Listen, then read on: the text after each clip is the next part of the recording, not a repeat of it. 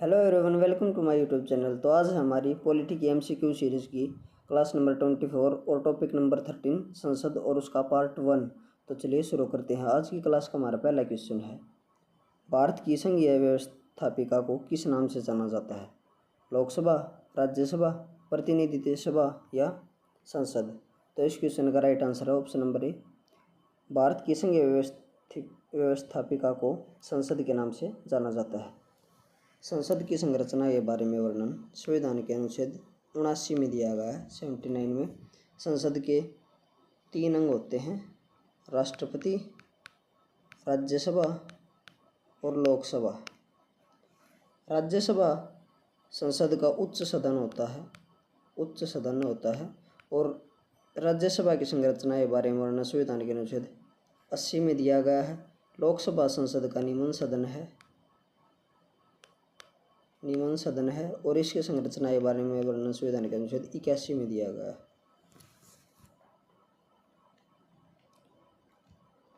अगला क्वेश्चन है, भारतीय संसद के कितने सदन हैं? तो इस क्वेश्चन का right answer option number B, भारतीय संसद के 2 सदन हैं, राज्यसभा और लोकसभा। अगर अंग पूछ ले तो 3, यानी कि किन किन से मिलकर बनी है, तो राष्ट्रपति, राज्यसभा और लोकसभा से मिलकर। लेकिन अगर संसद के सदन पूछ ले तो सदन 2 हैं, राज्यसभा और लोकसभा। राज्यसभा उच्च सदन है, लोकसभा निम्न सदन है। अगला क्वेश्चन है, संसद के किस सदन को प्रतिनिधि सभा भी कहा जाता है? लोकसभा को, राज्यसभा को, उपयुक्त दोनों को या इनमें से कोई नहीं? तो इस क्वेश्चन का राइट आंसर है ऑप्शन नंबर ए, प्रतिनिधि सभा। लोकसभा को प्रतिनिधि सभा भी कहा जाता है। लोकसभा की संरचना के बारे में वर्णन संविधान के अनुच्छेद 81 में है। राज्यसभा की संरचना के बारे में वर्णन संविधान के अनुच्छेद 80 में दिया गया है। अगला क्वेश्चन है, संसद का लोकप्रिय सदन कौन सा है? लोकसभा, राज्यसभा, उपयुक्त दोनों या इनमें से कोई नहीं? तो इस क्वेश्चन का right answer option number A, Lok Sabha संसद का लोकप्रिय सदन है। अगला क्वेश्चन है, संसद का स्थायी सदन कौन सा है? लोकसभा, राज्यसभा या उपयुक्त दोनों या इनमें से कोई नहीं? तो इस क्वेश्चन का right answer option number B, Rajya Sabha संसद का स्थायी सदन होता है। राज्यसभा की संरचना के बारे में वर्णन संविधान के अनुच्छेद 80 में है। इसके सदस्यों की संख्या अधिकतम 250 हो सकती है। वर्तमान में इसके सदस्यों की संख्या 245 है और राज्यसभा में 12 सदस्य राष्ट्रपति द्वारा मनोनीत किए जाते हैं। राष्ट्रपति द्वारा मनोनीत किए जाते हैं, जिनका संबंध कला, विज्ञान आदि क्षेत्र से होता है।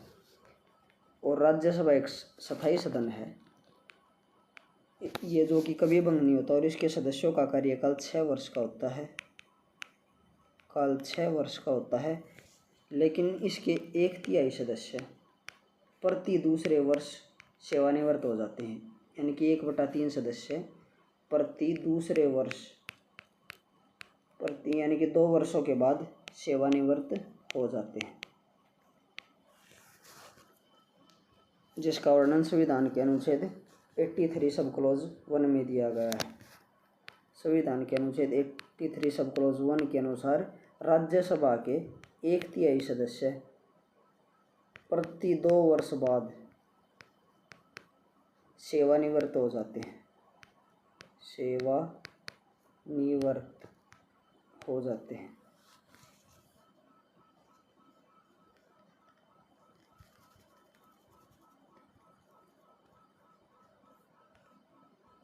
अगला क्वेश्चन है, निम्नलिखित में से कौन सा एक प्रावधान भारतीय संविधान के अंतर्गत संसद के सदस्यों को विशेषाधिकार तथा उन्मुक्तियों को निर्धारित करता है? अनुच्छेद 104, अनुच्छेद 105, अनुच्छेद 82, अनुच्छेद 117। तो इस क्वेश्चन का right answer option number B, अनुच्छेद 105 संसद के सदस्यों के विशेषाधिकार तथा उन्मुक्तियों को निर्धारित करता है। अनुच्छेद 117 में वित्तीय विधेयकों से संबंधित विशेष प्रावधान, वित्तीय विधेयकों के संबंध में विशेष प्रावधानों से संबंधित है। विशेष प्रावधानों से संबंधित है। अगला क्वेश्चन है, भारतीय संसद के कितने अंग हैं? तो इस क्वेश्चन का right answer option number B. अगर सदन पूछ ले भारतीय संसद के कितने सदन हैं, तो 2 सदन हैं, लोकसभा और राज्यसभा। लेकिन अगर अंग पूछ ले तो 3 हैं। भारतीय संसद, राष्ट्रपति, लोकसभा और राज्यसभा इन तीनों से मिलकर बनती है, जिसका वर्णन संविधान के अनुच्छेद 79 में किया गया है। 79। नेक्स्ट क्वेश्चन है, भारतीय संविधान के किस अनुच्छेद में कहा गया कि संघ के लिए एक संसद होगी जो राष्ट्रपति और 2 सदनों से मिलकर बनी होगी? तो इस क्वेश्चन का right answer option number B. अनुच्छेद 79 यानी कि अनुच्छेद 79 में यह कहा गया कि भारतीय संसद राष्ट्रपति और 2 सदनों से मिलकर बनी होगी। वो 2 सदन हैं, लोकसभा और राज्यसभा। राज्यसभा की संरचना के बारे में वर्णन संविधान के अनुच्छेद 80 में है। लोकसभा की संरचना के बारे में वर्णन संविधान के अनुच्छेद 81 में है। अनुच्छेद 74 में है, राष्ट्रपति को अपने कार्यों का संपादन एवं सलाह हेतु एक मंत्री परिषद की जरूरत होती है, जिसका प्रधानमंत्री होता है। इस चीज़ का वर्णन संविधान के अनुच्छेद 74 में किया गया है। अगला क्वेश्चन है, निम्नलिखित कथनों में से असत्य कौन सा है? लोकसभा का संसद का प्रथम सदन का लोकसभा को संसद का प्रथम सदन कहा जाता है। राज्यसभा को संसद का द्वितीय सदन कहा जाता है। राज्यसभा एक अस्थायी सदन है और लोकसभा संसद का लोकप्रिय सदन है। तो इस क्वेश्चन का राइट आंसर होगा ऑप्शन नंबर सी। राज्यसभा एक अस्थायी सदन है। यह कथन गलत है, क्योंकि राज्यसभा एक स्थायी सदन है। बाकी के ये सभी कथन सत्य हैं। लोकसभा को संसद का प्रथम या निम्न सदन कहा जाता है और राज्यसभा को संसद का द्वितीय या उच्च सदन कहा जाता है। उच्च सदन। और लोकसभा को प्रथम या निम्न सदन कहा जाता है। और राज्यसभा अस्थायी सदन नहीं बल्कि स्थायी सदन होता है और इसके 1/3 सदस्य प्रति 2 वर्ष बाद सेवानिवृत्त हो जाते हैं, जिसका वर्णन संविधान के अनुच्छेद 83 सब क्लॉज 1 में है। अगला क्वेश्चन है, निम्नलिखित कथनों में से कौन सही है? लोकसभा भारतीय जनता की प्रतिनिधित्व सभा है। राज्यसभा संसद का उच्च सदन है और राज्यसभा राज्यों का प्रतिनिधित्व करता है, या उपयुक्त सभी। तो इस क्वेश्चन का right answer option number D, उपयुक्त सभी कथन सत्य हैं। अगला क्वेश्चन है, संसद को भंग करने के लिए कौन सक्षम है? राष्ट्रपति, उपराष्ट्रपति, प्रधानमंत्री या राज्यपाल?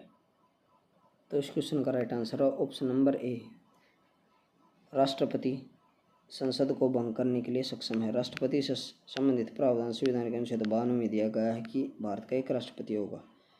उसके बाद है प्रधानमंत्री की नियुक्ति का प्रावधान अनुच्छेद 75 में, और प्रधानमंत्री की नियुक्ति राष्ट्रपति के द्वारा की जाती है और अन्य मंत्रियों की नियुक्ति प्रधानमंत्री के परामर्श पर राष्ट्रपति करता है।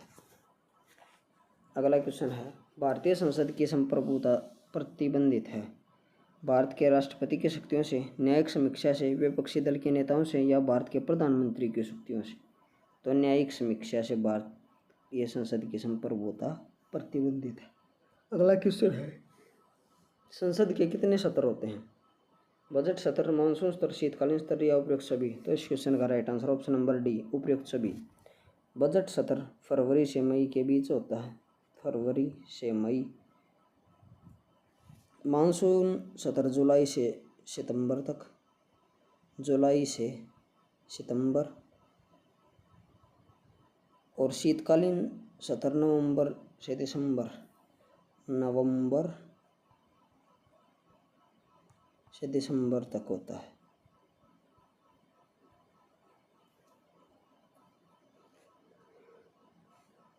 अगला क्वेश्चन है, संसद के 2 क्रमिक अधिवेशनों के बीच अधिकतम कितने समय अंतराल की अनुमति है? 1 माह, 3 माह, 6 माह या 12 माह? तो इस क्वेश्चन का राइट आंसर है अधिकतम 6 माह की समय अंतराल की अनुमति है।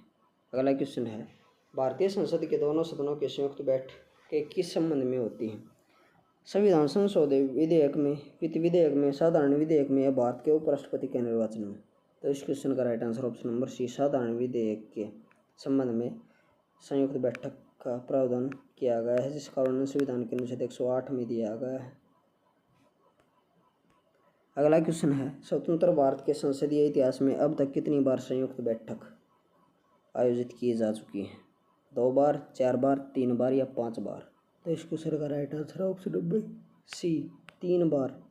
और संयुक्त बैठक के का प्रावधान संविधान के अनुच्छेद 108 में दिया गया है। क्या राष्ट्रपति या उपराष्ट्रपति कभी भी संयुक्त अधिवेशन की अध्यक्षता करते हैं? हाँ, कभी नहीं, यदि संसद ऐसा चाहे तो, या इनमें से कोई नहीं। तो इसका right answer option number B, कभी नहीं।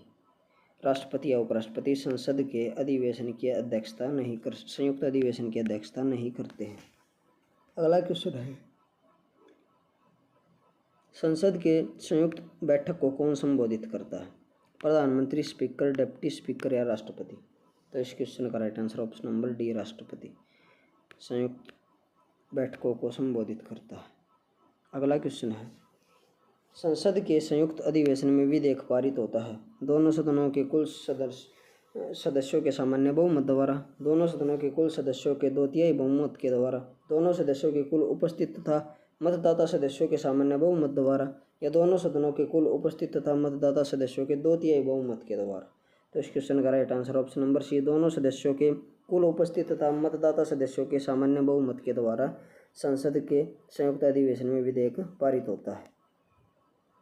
अगला क्वेश्चन है, संसद की कार्यवाही सूची में प्रथम विषय होता है शून्यकाल, प्रश्नकाल, ध्यानाकर्षण प्रस्ताव या शतगण प्रस्ताव? तो इस क्वेश्चन का right answer option number B, प्रश्नकाल। यह एक ऐसा समय होता है, प्रश्नकाल एक ऐसा समय होता है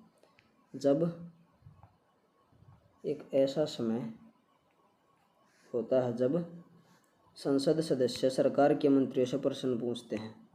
संसद के सदस्य सरकार के मंत्रियों से प्रश्न पूछते हैं, सरकार के मंत्रियों से प्रश्न पूछते हैं और मंत्रियों को इनका उत्तर देना अनिवार्य होता है। इसमें अलग अलग प्रकार के प्रश्न होते हैं, तारांकित प्रश्न, अतारांकित प्रश्न,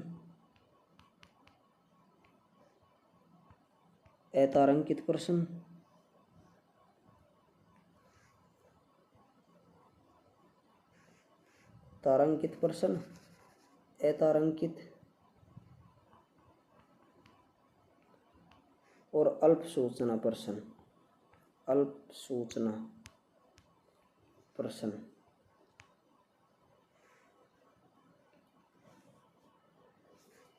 उसके बाद शून्यकाल प्रश्नकाल के ठीक बाद होता है। यह 12 बजे से प्रारंभ होता है और 1 बजे तक चलता है। वर्तमान में शून्यकाल की टाइमिंग 1 बजे से लेकर 2 बजे तक है। और शून्यकाल का लोकसभा की प्रक्रिया और संचालन में कोई नियम नहीं है। इस काल को शून्यकाल नाम समाचार पत्रों द्वारा दिया गया है।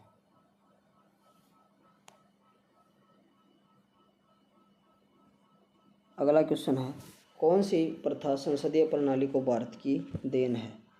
शून्यकाल, कटौती प्रस्ताव, शतगण प्रस्ताव या मंत्रालयों के मांगों का गिलेटिन किया जाना? तो इस क्वेश्चन का राइट आंसर है ऑप्शन नंबर ए, शून्यकाल संसदीय प्रणाली को भारत की देन है। अगला क्वेश्चन है, संसद के किसी सदस्य की सदस्यता तब समाप्त हो जाती है यदि वह सदन में बिना सूचित किए कितने दिन तक उपस्थित रहता है? 60 दिन, 90 दिन, 120 दिन या 150 दिन? तो इस क्वेश्चन का राइट आंसर है, अगर वह सदस्य बिना किसी कारण बताए 60 दिन तक उपस्थित रहता है तो उसकी सदस्यता समाप्त कर दी जाती है। अगला क्वेश्चन है, निम्न विधेयकों में से किसका एक भारतीय संसद के दोनों सदनों द्वारा अलग अलग विशेष बहुमत से पारित होना आवश्यक है? साधारण विधेयक, धन विधेयक, वित्त विधेयक या संविधान संशोधन विधेयक? तो इस क्वेश्चन का right answer option number D, संविधान संशोधन विधेयक भारतीय संसद के दोनों सदनों के अलग अलग विशेष बहुमत से पारित होना आवश्यक है। अगला क्वेश्चन है, संसद के कुल सदस्यों का कितना भाग वैधानिक चैम्बर की मीटिंग बुलाने के लिए आवश्यक गणपूर्ति है? गणपूर्ति यानी कि कोरम है। तो इस क्वेश्चन का right answer option number A, 1/10 भाग।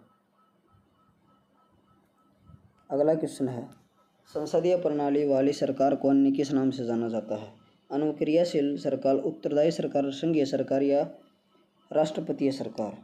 तो इस क्वेश्चन का right answer option number C, संघीय सरकार। अगला क्वेश्चन है, भारतीय राजनीति व्यवस्था में कार्यपालिका खालिस्तान के अधीन रहकर कार्य करती है। तो इस क्वेश्चन का राइट आंसर होगा ऑप्शन नंबर बी, विधायिका या विधान पालिका के अधीन रहकर कार्यपालिका अपने कार्य करती है। अगला क्वेश्चन है, संविधान लागू होने के बाद सर्वप्रथम त्रिशंकु संसद यानी कि हंग पार्लियामेंट का गठन कब हुआ? 1980, 1989, 1991, 1977। तो इस क्वेश्चन का right answer option number B 1989 में, 1989 में। अगला क्वेश्चन है, अस्थायी संसद भारत में कब तक अस्तित्व में रही? 25 जनवरी 1950 तक, 31 दिसंबर 1950 तक, 18 सितंबर 1951 तक या 17 अप्रैल 1952 तक? तो इस क्वेश्चन का right answer option number D 17 अप्रैल 1952 तक अस्थायी संसद भारत में रही थी। अगला क्वेश्चन है, भारत की पार्लियामेंट का उद्घाटन कब हुआ? 1917, 27, 37 या 1947 में?